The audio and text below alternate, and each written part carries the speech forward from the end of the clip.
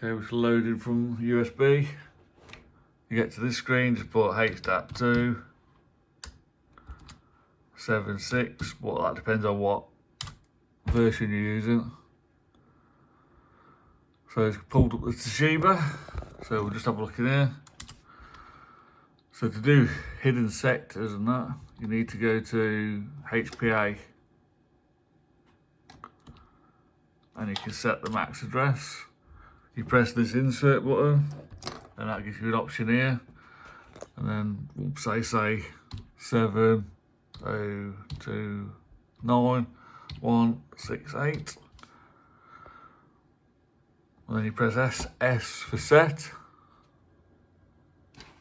Nope, saying enter for set now.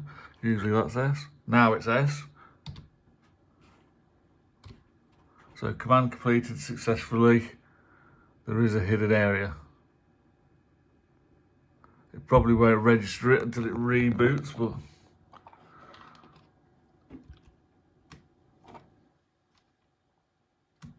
we'll just remove that now.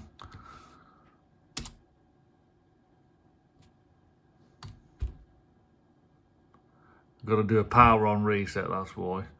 So I'll have to reboot it and reset it. But normally just go in there, press Y and it'll auto remove.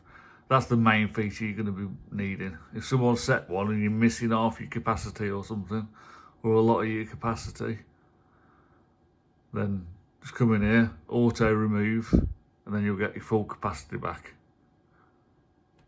Well, that's it. I don't know why you'd use hidden areas, but you might have a reason.